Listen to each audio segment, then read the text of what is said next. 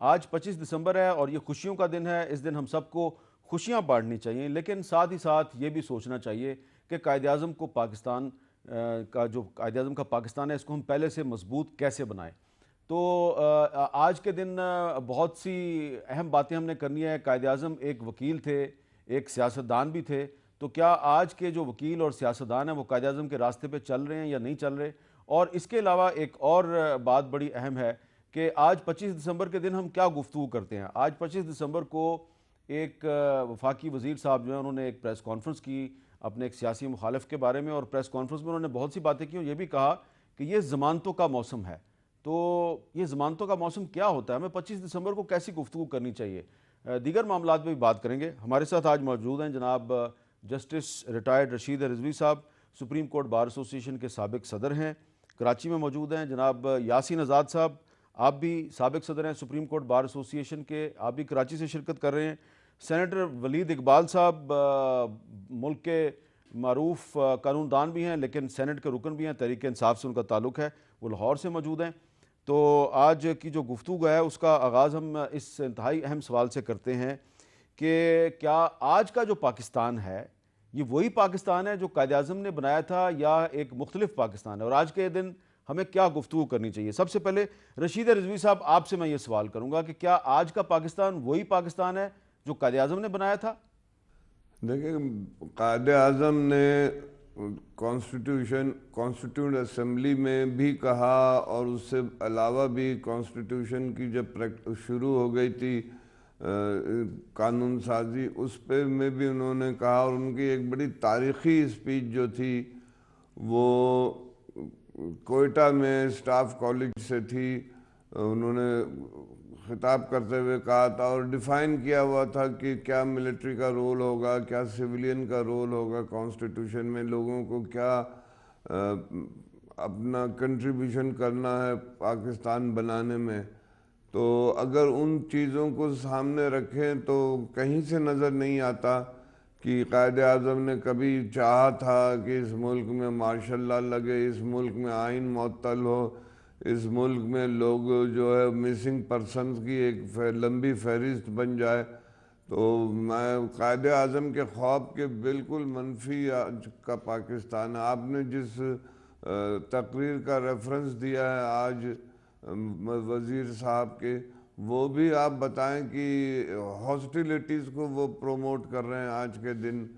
तो मैं समझता हूँ हमें बहुत कुछ अभी कायद-ए-आज़म से सीखना है। हमने उनकी तस्वीर फ्रेम करके दीवार पे लगा ली है, लेकिन उनके जो हिदायत थी, उनकी तकरीर थी, और ना सिर्फ सियासतदान, मैं यहाँ तक कहूँगा कि हमारे जजेज़ ने भी वो चीज़ को नहीं अडॉप्ट किया। हमने एक गैर मुल्की नज़रिया ज़रूरत तो अडॉप्ट कर लिया, लेकिन कभी किसी फ़ैसले में कायद-ए-आज़म की बताए हुए हिदायत को और दूसरे डायरेक्शंस पर हम नहीं चले हैं। तो सियासतदान क्या, जजेस क्या, हम लोग क्या, वकील क्या, कोई कायद-ए-आज़म की बताए हुए राहों पे नहीं चलता, उनकी हिदायत के मुताबिक नहीं चलता, जिसकी वजह से आज पाकिस्तान दुनिया की करप्ट ममालिक में शामिल है और कभी डेवलपमेंट के प्रोसेस में भी शामिल नहीं हो पाया है।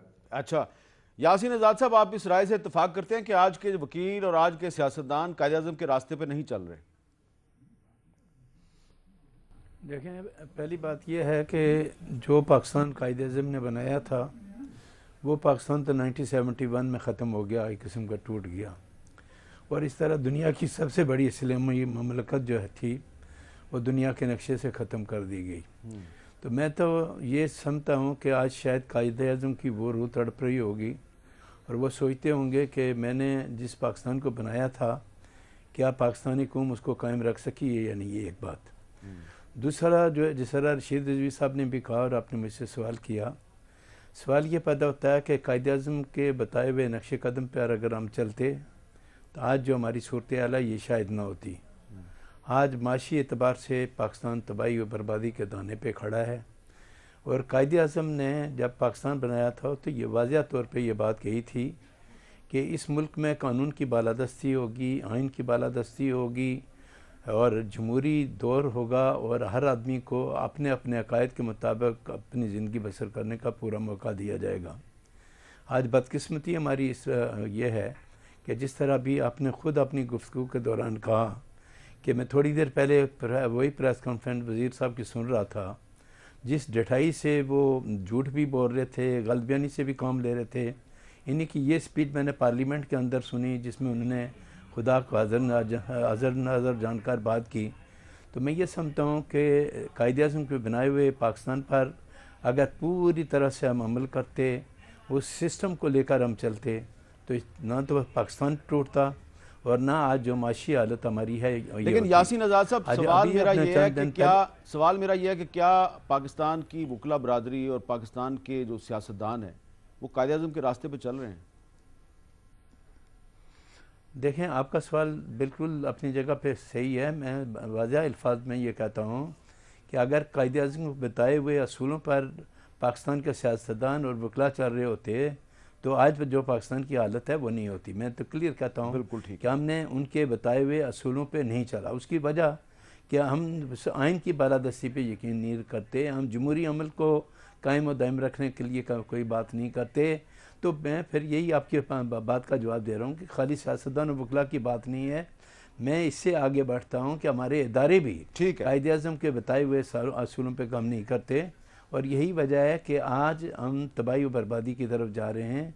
अगर हम कायदे-ए-आज़म के बताए हुए असूलों पे सियासतदान भी अमल करते, वकला भी करते, जिस अंदाज़ में कायदे-ए-आज़म ने वकालत की उनके अंदाज़ को हम अपनाते तो शायद हमारी सूरत हाल अदरवाइज़ होती। ठीक है, मैं ये नहीं कह सकता कि सियासतदान, और ये मेरा कहना यह है कि उनके बताए हुए असूलों पे हम नहीं चल रहे। हम बिल्कुल एक नया तरीक़ाकार हमने अडाप्ट कर लिया। हम हर आदमी अपने आप को कानून से बालातर समझता है। आइन के अंदर जो हमारी हदूद हैं, जिन हदूद के अंदर रह के इदारों ने काम करना है, उस पर कोई रहने के लिए तैयार नहीं है। डिफरेंट टाइप का हम लहजा इख्तियार करते हैं, एक दूसरे को बुरा भला कहते हैं। तो कायदे-ए-आज़म को बताए हुए असूलों पे हम कहाँ काम कर रहे हैं? ठीक है। और यही वजह है कि आज पाकिस्तान जो है बिल्कुल तबाही और बर्बादी की तरफ है। जी वलीद इकबाल साहब, ये सारी जो गुफ्तगू है इसमें आपको लग रहा है कि आने वाले वक्त में हम कायदे-ए-आज़म के बताए हुए असूलों पर चलेंगे और वो जो इत्तेहाद, ईमान और तंजीम का दर्स दिया था हमें कायदे-ए-आज़म ने, जिसको कि हमने भुला दिया है, वो दोबारा हम उस दर्स पे, उस रास्ते पे, उस असूल पे चल पाएंगे? क्यों नहीं जी, नाउमीदी तो कुफर से मुतरादिफ है जी। मैं तो बिल्कुल पुरुमीद हूँ इसके बारे में।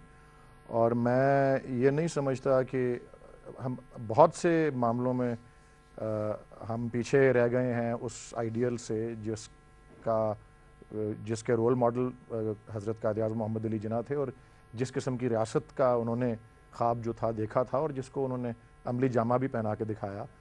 और सिर्फ अपनी किरदार की, अपने अखलाक की जो मजबूती और इस्तेहकाम जिसे कहते हैं, वो अगर ना होते और ये उनके किरदार की मजबूती और इस्तेहकाम अखलाक की और किरदार की ना होती तो पाकिस्तान का वजूद भी ना होता। मैं इसमें कभी यकीन रखता हूँ।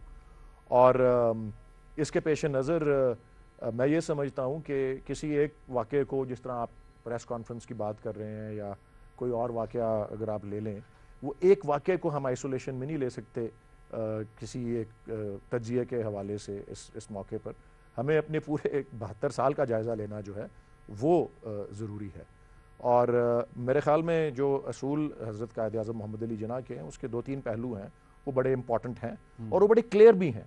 और जब वो क्लैरिटी मौजूद है, शफाफियत है उनमें, तो हम उस पर अमल भी कर सकते हैं। सिर्फ हमें अमल करने की देर है, हमें उनको आइडेंटिफाई करने की देर है और अमल करने की देर है। अब बड़ी सिंपल सी बातें हैं उनकी। बाय द वे तकरीरें देखें आप तो 4-5 मिनट से ज़्यादा की तवालत की तकरीर भी कोई नहीं है उनकी। अजीम तरीन तकरीरें जो उनकी, खुतबे जो हैं। और वो जो मशहूर उनका खुतबा है दस्तूर साज असम्बली से, उन्होंने 3 जो कर्सेस या लानतें जिनसे पाकिस्तान को आज़ाद देखना चाहा, वो थी करप्शन, नेपोटिज्म एंड जॉबरी मिसाल के तौर पे, यानी कि बेईमानी, अकरबा परवरी और सरकारी ओहदे का नाजायज़ इस्तेमाल। इसके वो ख़िलाफ़ थे। हम इन 3 उसूलों को अपना के अमल दरामद शुरू करें, हम उस राह पे गामजन हो सकते हैं। दूसरा एक और पहलू वो कि जी तमाम पाकिस्तानियों के साथ मसावी सलूक, कि आप आज़ाद हैं, अपनी मस्जिदों में जाने के लिए आज़ाद हैं, अपने मंदिरों में जाने के लिए आज़ाद हैं, आप अपनी इबादत गाहों में जाने के लिए आज़ाद हैं, आपका ताल्लुक किसी भी रंग, नस्ल, किसी फ़िरके, किसी मज़हब से हो, आप अव्वल और आखिर पाकिस्तानी हैं और सबके साथ मसावी जो है वो सलूक जो है इस मुल्क में होना चाहिए। ये एक और असूल है। और लास्ट बट नॉट लीस्ट, कायद का वो फरमान मैं समझता हूँ बहुत बहुत ज़्यादा तवज्जो के का मतलब अपना मुतकाजी है कि उन्होंने फरमाया कि दुनिया दो कुव्वतों को जानती है, कलम की कुव्वत और तलवार की कुव्वत, दो अजीम कुव्वतें, लेकिन एक तीसरी कुव्वत है जो इन दोनों कुव्वतों से अजीम तर है, और वो है हमारी ख़वातीन की कुव्वत। और आप ये देखें कि एक हफ्ता गुजरा है अभी, और उन्होंने कहा कि कोई जिद्दोजहद जो है वो रंग नहीं ला सकती जब तक कि शाना बशाना ख़वातीन ना खड़ी हों। बिल्कुल ठीक। कोई कौम जो है वो अपना वर्थ इट्स एग्जिस्टेंस नहीं है अगर अपना ख़वातीन और मर्द जो है वो साथ ना चलें। तो आप देखें, एक हफ्ता हुआ है, वर्ल्ड इकोनॉमिक फोरम की रिपोर्ट आई है पाकिस्तान के, जेंडर गैप रिपोर्ट 2020 की। पाकिस्तान का रैंक उसमें जेंडर इक्वालिटी के मसावी यानी मर्द और औरत के दरमियान, उसके अंदर पाकिस्तान 151st पोजीशन पे आया है 153 मुल्कों में, और सिर्फ 2 मुल्क उसके नीचे हैं, एक इराक है और यमन है। तो ये मैंने आपको बहुत सी आइडेंटिफाई कर दी चीज़ें, क्लैरिटी बिल्कुल मौजूद है।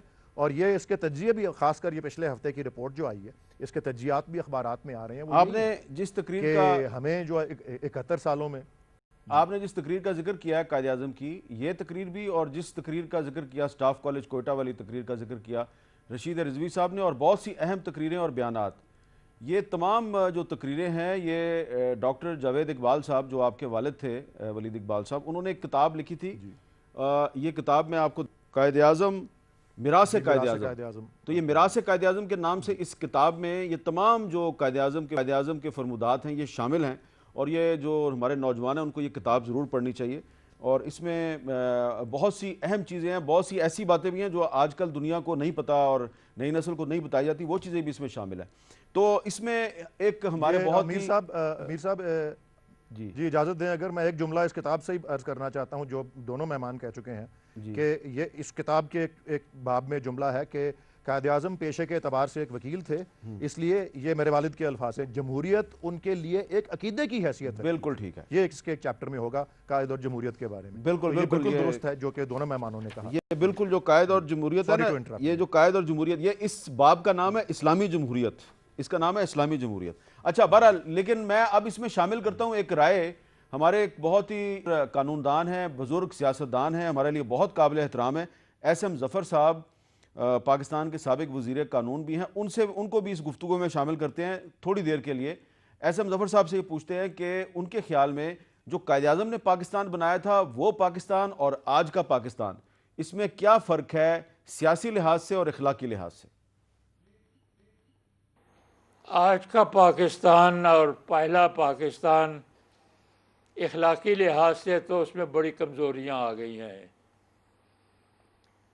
आज के पाकिस्तान और पहले पाकिस्तान में एक ये भी फ़र्क है कि वो पुरएतमाद पाकिस्तान था, आज कुछ मुंतशर किस्म का पाकिस्तान है। उस पाकिस्तान में एक ही पार्टी मजबूत थी और वो मुस्लिम लीग थी। आज बहुत सी पार्टियां हैं, एक पार्टी मुल्क को चला रही थी और कोशिश करके उसको बेहतर बना रही थी, आज बहुत सी पार्टियां मिलकर मुल्क को ख़राब कर रही हैं। ये एक बहुत अजीब व गरीब सूरत हाल है, लेकिन कौम के अंदर एक जज्बा अब भी वो मौजूद है कि उसने तारीख़ को साबित करके दिखाना है कि हम पाकिस्तानी हैं और पाकिस्तान को कायम रखने में कामयाब होंगे। मुझे जिस चीज़ ने उम्मीद दिला रखी है, और मैं आप जानते हैं कि कभी उम्मीद को छोड़ा नहीं करता, मुझे कभी नाउम्मीदी पाकिस्तान के मुतालिक नहीं हुई। आज भी इस उम्र में मुझे वही खुशी महसूस होती है पाकिस्तानी होने की जो मुझे उस वक्त जब मैं 17 साल का तालिब इल्म था और गवर्नमेंट कॉलेज लाहौर में पढ़ता था। वही जज्बा आज भी मुझे महसूस होता है, जबकि मैं अपनी ज़िंदगी के आखिरी दिनों में पहुंच चुका हूं। तो इसलिए मुझे क्यों खुशी होती है, मुझे नौजवान अपने जितने भी दिखाई देते हैं वो सवाल पूछते हैं, वो मालूम करना चाहते हैं, वो मुक़द्दस गायों को मानते नहीं हैं, वो पूछना चाहते हैं कि हमारे लिए ये हालात क्यों ख़राब हैं, हम क्यों नहीं अपने आप को बेहतर कर सकते। जी जी उसको खुद भी बेहतर करने की कोशिश में मसरूफ जी है। जी एहसन मुजफ्फर साहब ने बड़ी अच्छी बात की है, वो उम्मीद पसंदी की बात करें। रशीद रिजवी साहब, आप एहसन मुजफ्फर साहब से इत्तेफाक करते हैं कि नई नस्ल जो है उससे उनको बड़ी उम्मीदें वाबस्ता हैं और उनका एक ख्याल है कि उम्मीद का दामन हमें हाथ से नहीं छोड़ना चाहिए? बिल्कुल है, नई नस्ल ही हमारी आखिरी उम्मीद है जिस पर हम इन्हिसार कर सकते हैं, वरना आज की नस्ल और कल की गुजरने वाली नस्ल ने क्या दिया है पाकिस्तान को, आप बताएं। हमें क्या दिया इन लोगों ने माजी के, जिसमें मैं भी शामिल हूँ, आप भी शामिल हैं। हमें पहले अपना भी तो एहतसाब करना चाहिए, खुद एहतसाबी का अमल, कि हमने क्या आने वाली नस्ल से हम उम्मीद जो कर रहे हैं उन्हें हमने क्या दिया है कि वो क्या किस तरह से पाकिस्तान को आगे लेके चलेंगे। अभी डॉक्टर वलीद साहब ने बताया कि जी वो 154 पे नंबर है हमारा, अभी तक हमने जो है विमेंस क्लासिफिकेशन को ही नहीं ख़त्म कर पाए हैं, उसको जो है अभी तक हम लड़ रहे हैं 72 ईयर्स गुजर जाने के बाद।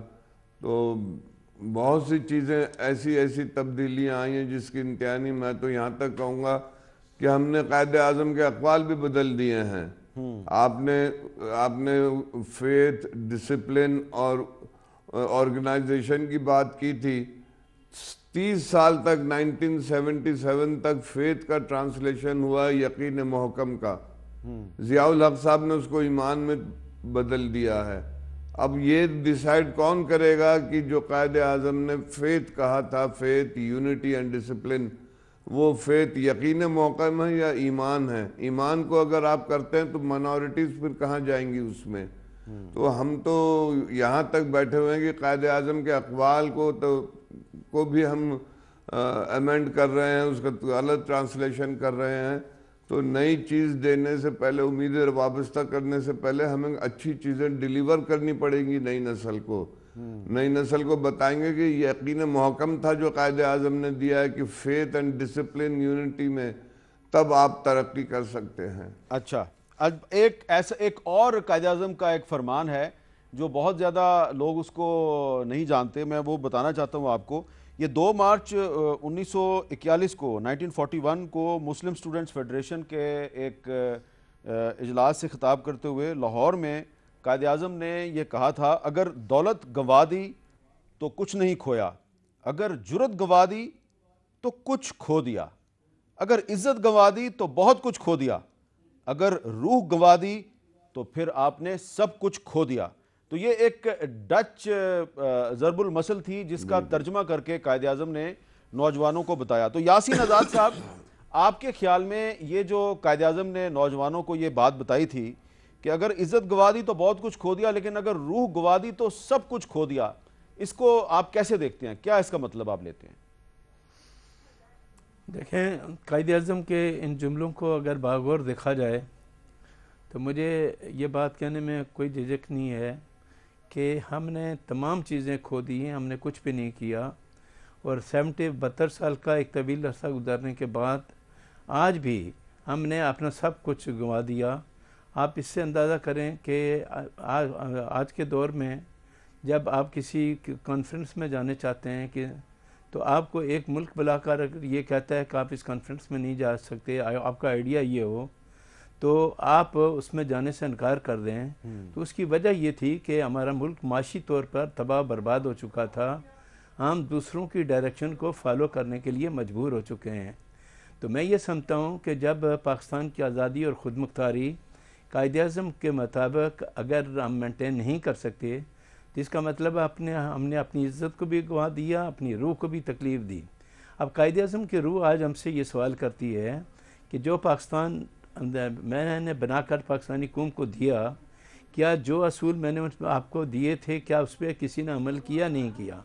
आज की सूरत हाल आप देख लें कि हमारे मुल्क का जो सिस्टम है या जो हमारे इदारे हैं, उन इदारों की सूरत हाल पर आप एक नज़र डालें।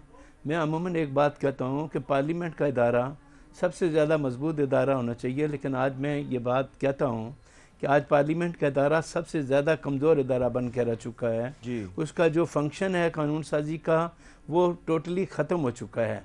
तो कायदे आज़म का बनाया हुआ पाकिस्तान इसमें तो कानून की बालादस्ती भी होनी चाहिए थी, आइन की बालादस्ती भी होनी चाहिए थी, जमहूरी सिस्टम भी अपनी जगह कायम दायम रहना चाहिए था, पाकिस्तान की अना और डिग्निटी भी मेंटेन रहनी चाहिए चलिए थी। अब एक लेकिन पार्लियामेंटेरियन ना हमारे साथ maintain कर मौजूद सकते हैं, पार्लियामेंटेरियन से बात करते हैं। वलीद इकबाल साहब, ये बताएं कि ये आप क्या कहेंगे कि इस वक्त जो हिंदुस्तान में सूरत हाल है, वहाँ पर जो मुसलमानों के साथ जो सलूक किया जा रहा है, तो उसकी वजह से हमारे पाकिस्तान में बहुत से लोग कहते हैं कि देखिए कायद-ए-आज़म का क्या विजन था, कि कायद-ए-आज़म को 1947 में पता था कि हम ये कांग्रेस और बाकी जो हिंदू इंतहाब पसंद है इनके साथ हम नहीं रह सकते। तो आपको ये लग रहा है कि कायद-ए-आज़म ने तो हमें पाकिस्तान बना के दे दिया, लेकिन जो हमारी पार्लियामेंट है वो कायद-ए-आज़म की तालीमात के मुताबिक आगे नहीं चल रही?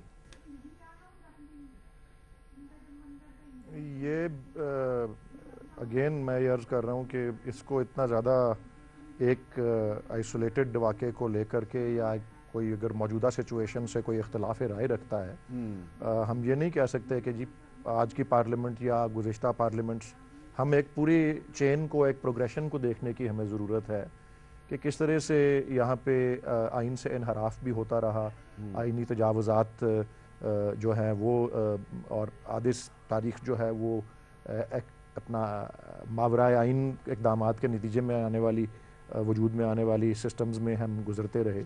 और मेरे ख़्याल में ये एक पॉजिटिव बात है कि 2008 से लेके अब तक पहले पीपीपी गवर्नमेंट से, फिर पीएमएलएन की गवर्नमेंट आई, पीएमएलएन से अब पीटीआई की कोalition गवर्नमेंट जो है, ये एक ट्रांजिशंस ऐसी हो रही हैं, तो हम एक प्रोसेस के मुताबिक जो है वो उसके हवाले से इम्प्रूव कर रहे हैं।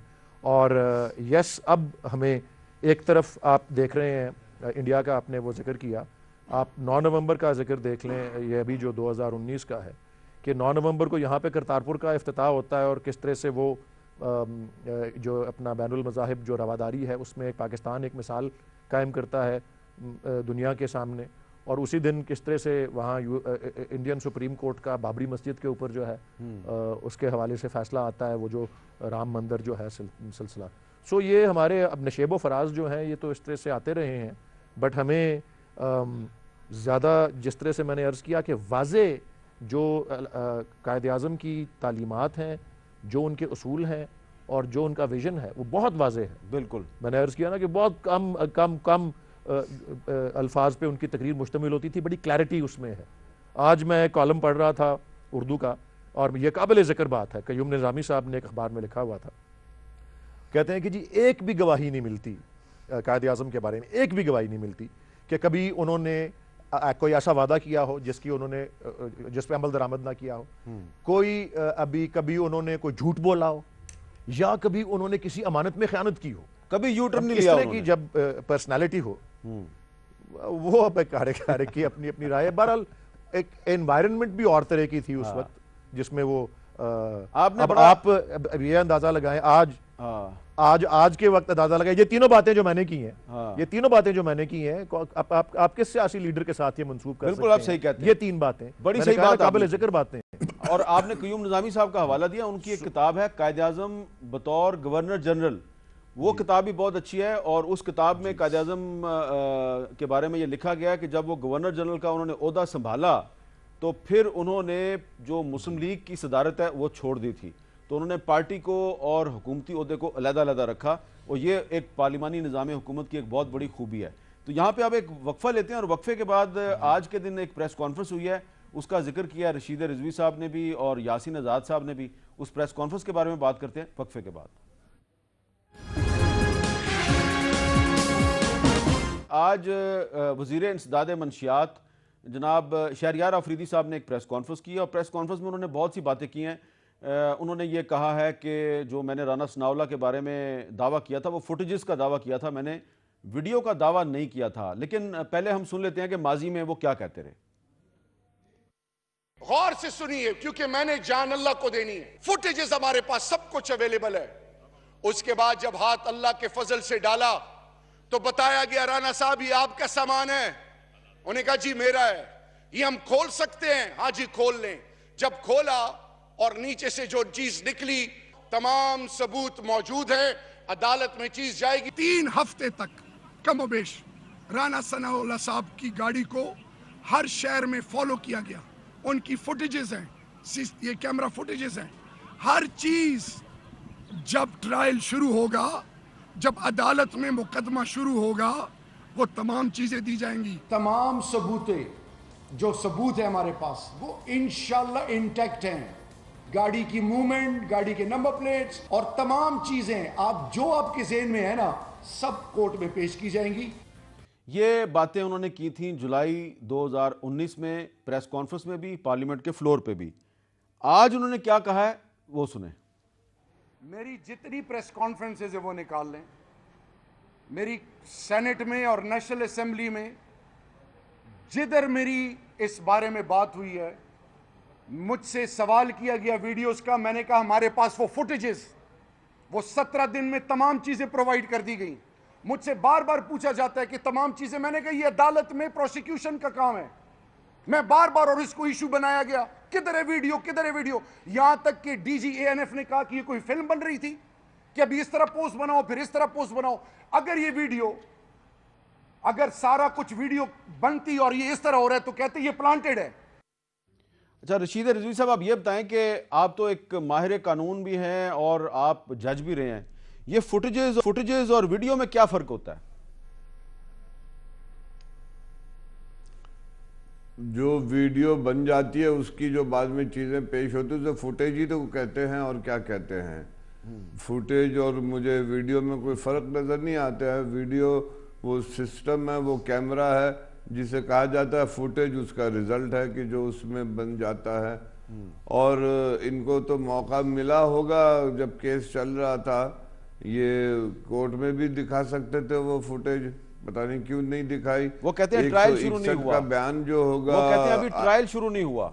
नहीं 161 के अमित साहब 161 का स्टेटमेंट जो होगा आईओ का, उसमें ये बातें होंगी कि जी मैंने ये रिकॉर्ड किया, मेरे पास ये है, मेरे पास ये है। वो कोर्ट मंगवा के देख सकती थी।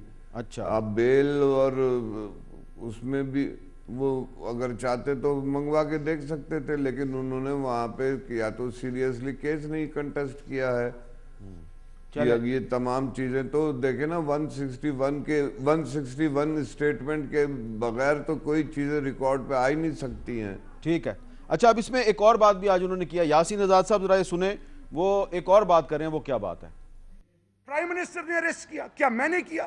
क्या मैनिपुलेट किया हमने? बिल्कुल नहीं। हमने उनकी इंटरफेरेंस नहीं की लीगल प्रोसीडिंग्स में, किसी लेवल पर कोई विक्टिमाइजेशन नहीं है। और इंशाअल्लाह बिइज़्निल्लाह ये वक्त साबित करेगा।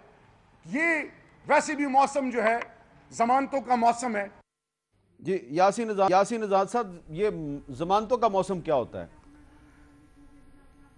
देखें, मैं हैरान हूँ इस बात पे कि जब से ये बेल आर्डर हुआ या जो मिनिस्टर साहिबान के स्टेटमेंट आए हुए, जिस तरह इंफॉर्मेशन की जो एडवाइज़र हैं उन्होंने ये कहा कि ये लोअर हाई कोर्ट का जो आर्डर है ये अनोखा है। बात दूसरे मिनिस्टर को मैंने बात करते हुए सुना, वो डायरेक्ट अटैक कर रहे हैं। सिंपल क्वेश्चन ये है कि कोर्ट को बेल देने का इख्तियार है। उन्होंने अगर बेल दी तो हुकूमती रिएक्शन जो सामने आ रहा है वो मेरी समझ से बालातर है। मैं एक बात कहता हूँ कि अगर आप ये समझते हैं कि कोर्ट ने कोई आर्डर किया है और प्रोसिक्यूशन ये फील करती है कि उसके साथ किसी किस्म की कोई ज़्यादती है, तो बजाय शोर शराबा करने के लिए जो राइट ऑफ अपील है या कैंसिलेशन ऑफ बेल का जो कंसेप्ट है, आप उसको अडॉप्ट क्यों नहीं करते? नंबर 2, जो आप ये कहते हैं कि आपने कोई प्रूफ नहीं दिया, मैं सिंपल ये एक बात कहता हूँ कि जब किसी केस में इन्वेस्टिगेशन होती है तो पूरी की पूरी एविडेंस कलेक्ट होती है, जो पुलिस फाइल कहलाती है। जब मामला बेल के लिए कोर्ट में जाता है तो प्रोसिक्यूटर जो है वो पूरी फाइल लेके जाता है और जज जो होते हैं वो उसको देखते हैं पुलिस फाइल में कि कोई ऐसी एविडेंस तो नहीं है जो कनेक्ट करती है इस एक्यूज़ को इस मामले के साथ। ठीक है। अब बेल का जो कंसेप्ट है 497 सीआरपीसी में जो रिक्वायरमेंट हैं आपको वही पूरी करनी है। लेकिन ये जो जुमला है मिनिस्टर साहब का, जो आपने मुझसे सवाल किया, उसका डायरेक्ट मैं जवाब देता हूँ कि ये मेरे नज़दीक क्लियर का कंटेम्प्ट है, अदलिया पे अदम एतमाद है। और इस टाइप के जुमले मौजूदा हुकूमत का हर वज़ीर बोलता है। मैं ये कहता हूँ, मैंने पहले भी आपके एक प्रोग्राम से कहा था कि बोलने से पहले आपको सोचना चाहिए। ठीक है। आपने देखा होगा कि 4 जजिस को खाली जो है व्हाट्सएप पे आपने उठा के ट्रांसफ़र कर दिया, क्योंकि आपको एप्लीकेशन ये थी। आप इसी शहरियार अफरीदी साहब की बात प्रेस कॉन्फ्रेंस अकाउंटेबिलिटी कोर्ट के या नारकोटिक कोर्ट के जज साहबान के अपॉइंटमेंट के सिलसिले में देखें, तीनों ने क्या कुछ नहीं कहा। चलें, मैं हैरान इस बात पे हूँ कि क्या इन लोगों को ये पता नहीं कि ये जुमले जो एक इदारे के खिलाफ बोलते हैं ये कितने गलत हैं, इनको नहीं बोलना चाहिए। अच्छा वलीद इकबाल लेकिन साहब, वो लोग बोलते हैं जिनको कानून। वलीद इकबाल साहब, आप भी एक माहिर कानून है, तो ये जो यासीन आज़ाद साहब की राय है कि ये जो ज़मानतों का मौसम और अनोखा फैसला, इस किस्म के फ़िक्रे जो हैं ये तौहीन अदालत के ज़िम्रे में आते हैं, आप इससे इत्तेफाक करेंगे या नहीं करेंगे? नहीं जी, ज़रूरी नहीं है कि मैं इससे इत्तेफाक करूं। देखें, ये कंटेम्प्ट ऑफ कोर्ट का जो और कंटेम्प्ट ऑफ कोर्ट का जो कानून भी है, आइन में भी उसके कुछ लवाज़मात मौजूद हैं और एक कानून भी बना हुआ है। उसमें ये तो फैसला कोर्ट ने करना होता है कि जी उसकी तौहीन हुई है या नहीं हुई है, और ये तौहीन करने वाले, मुबैना तौहीन करने वाले और अदालत के दरमियान एक मामला होता है। ये अपनी राय रख सकते हैं, और कंटेम्प्ट ऑफ कोर्ट के अंदर कानून में ये भी जो है कुछ जो है ऐसे तबसरे जिनको आप अंग्रेज़ी में कहेंगे फेयर कमेंट और इस तरह की बातें, वो कंटेम्प्ट ऑफ कोर्ट के उसमें नहीं आते। मतलब एक कंस्ट्रक्टिव क्रिटिसिज्म, ऐसी राय का इजहार, सो वो तो मैं जिस तरह है कोर्ट का ही वो फैसला जो है वो होगा। हाँ, बहरहाल मैं एक और बात जो अर्ज़ करना चाह रहा हूँ कि ये पिछले चंद सालों में ख़ासकर ये पैनामा पेपर्स केस हुआ और उस तरह के दीगर फिर और केसेस आए, और अभी भी ये चल रहे हैं मुख्तलिफ सियासी शख्सियात के बारे में। तो एक हमारा पॉलिटिकल कल्चर एक बन गया है कि जी एक समात ख़त्म हुई, अभी कोई फैसला भी नहीं आया, तो एक तरफ से शुरू हो गए मियाँ साहब के नुमाइंदे, एक तरफ से हमारी टीम ने बोलना शुरू कर दिया, तो एक सिस्टम और एक कल्चर बन गया हुआ है। सो उसमें हर इस तरह की गुफ्तगू होती है, लेकिन यस, इस हद तक मैं एग्री करता हूँ यासीन आज़ाद साहब से कि फ़ैसला जो भी आया है उसको अपना प्रॉपर कानूनी तरीका उसका यही है कि उसके ख़िलाफ़ जो है अगर अपील की जाए जो पार्टी उससे खुश नहीं है। और अभी आपने देखा कि खुर्शीद शाह साहब के केस में उनको बेल हुई और फिर सिंध हाई कोर्ट ने उन्होंने नैब ने अपील की और सिंध हाई कोर्ट ने बेल जो है वो मनसूख कर दी। ठीक है, इस पे एक सवाल और रह गया कि ये जो हम एक दूसरे पे इल्ज़ामात लगाते रहते हैं, तो क्या जो कायदे-आज़म की सियासत है उसमें कभी आपने देखा ऐसा वाक़या कि ऐसा इल्ज़ाम लगा दिया जाए जो बाद में साबित ना हो सके? इस पे बात करते हैं वक्फे के बाद। तब हमारे पास बहुत कम वक्त है। रशीद रिजवी साहब, एक छोटा सा सवाल है, प्लीज़ छोटा सा जवाब दीजिएगा कि क्या कोई हमारे कानून में ये गुंजाइश मौजूद है कि अगर किसी पे झूठा इल्ज़ाम लगाया जाए और वो अदालत में साबित ना हो सके तो क्या झूठा इल्ज़ाम लगाने के वाले के खिलाफ कोई कार्रवाई हो सकती है? जी, डिफेमेशन का कानून है, उस पर हर्जाना उनको पे करना पड़ता है और बिल्कुल सज़ा का तसव्वुर है। लेकिन एक बात मैं ज़रूर यहाँ कहूँगा कि हमारे मुल्क में सियासी पार्टियों की कोई डायरेक्शन नहीं है जिसकी बुनियाद यही है कि हम एक दूसरे को गालियाँ देते हैं।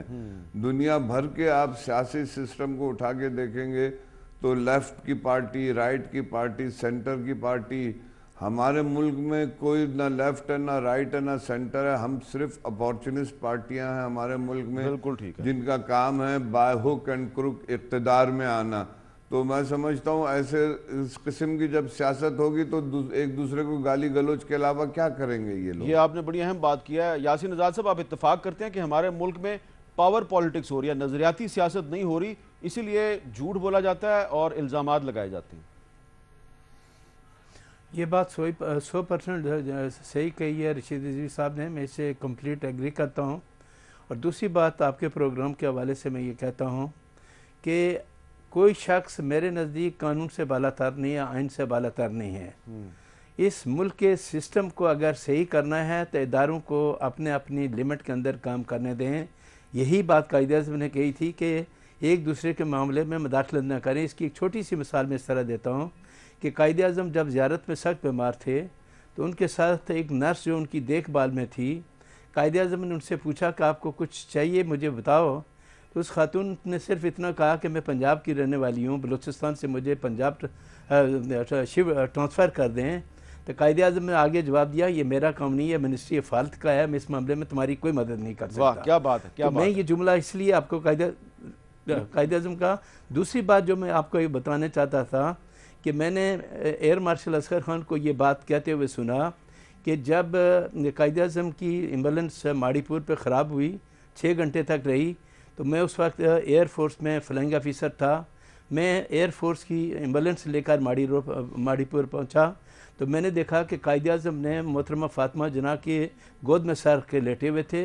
उन्होंने मुझसे सवाल किया कि तुम्हारा किस से ताल्लुक़ है, तो मैंने कहा मेरा एयर फोर्स से ताल्लुक़ है।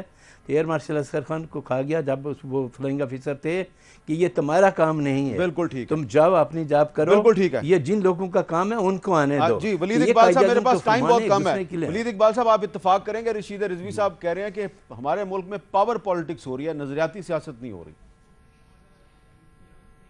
जी, एनवायरनमेंट मुख्तलिफ है कायदे आज़म के ज़माने से। मैं सिर्फ इतना अर्ज़ करूँगा, और मैं आज सिर्फ अख्तामी तौर पे जो कहना चाहूँगा वो ये है, क्योंकि बात तो उनकी वकालत से शुरू हुई थी। आज अंग्रेज़ी के एक अखबार में जावेद जब्बार साहब ने बड़ा अच्छा कॉलम लिखा हुआ है, ये पंजाब इंस्टीट्यूट ऑफ कार्डियोलॉजी के वाक़े और कायदे आज़म के असूलों को उसके साथ कंपेयर करते हुए, और जो नुमाया बात उसमें उन्होंने की है, मैं समझता हूँ वो भी काबिल गौर है। वो ये है कि कायदे आज़म इंतकाम में बिलीव नहीं करते थे, वो पॉलिटिकल मामलात के पॉलिटिकल सोल्यूशंस में बिलीव करते थे। और उनके 2 एग्जाम्पल्स जो उन्होंने दिए, कायदे आज़म पे कातिलाना हमला हुआ 1943 में मालाबार हिल में उनके घर पे, उसके हवाले से किस तरह उन्होंने हैंडल किया, और जो डायरेक्ट एक्शन डे पे जो 20,000 मुसलमानों की अमवात हुई, दोनों केसेस में उन्होंने कहा रिस्ट्रेंट एक्सरसाइज करें, पॉलिटिकल मामलों को पॉलिटिकली हैंडल करें, तशद्दुद नहीं और इंतकाम नहीं। और उसमें जिसके ऊपर मुकदमा वाले जज ने जो उनके कातलाना हमले वाले मुकदमे में, उस जज तक ने ऑब्जर्व किया कि मैंने ऐसा ट्रूथफुल आदमी नहीं देखा। बहुत बहुत शुक्रिया आप तीनों का, बहुत बहुत शुक्रिया। आखिर में इकबाल साहब ने यह बताया कि कायदे आज़म इंतकाम की सियासत पे यकीन नहीं रखते थे, और आप देखें कि जिन लोगों ने पाकिस्तान के क़याम की मुखालफत की थी उसमें खान अब्दुल गफ़ार खान भी शामिल थे। लेकिन जब खान अब्दुल गफ़ार खान ने भी 1948 में पाकिस्तान से वफादारी का हलफ उठा लिया, तो उसके बाद कायदे आज़म ने भी पेशावर में आके उनसे मुलाकात की। तो जो कायदे आज़म की जो सियासत है उसमें इंतकाम की बिल्कुल कोई गुंजाइश नहीं थी, और ये बात बहुत अहम है आज के सियासतदानों के लिए। इजाज़त दीजिए, अल्लाह हाफ़िज़।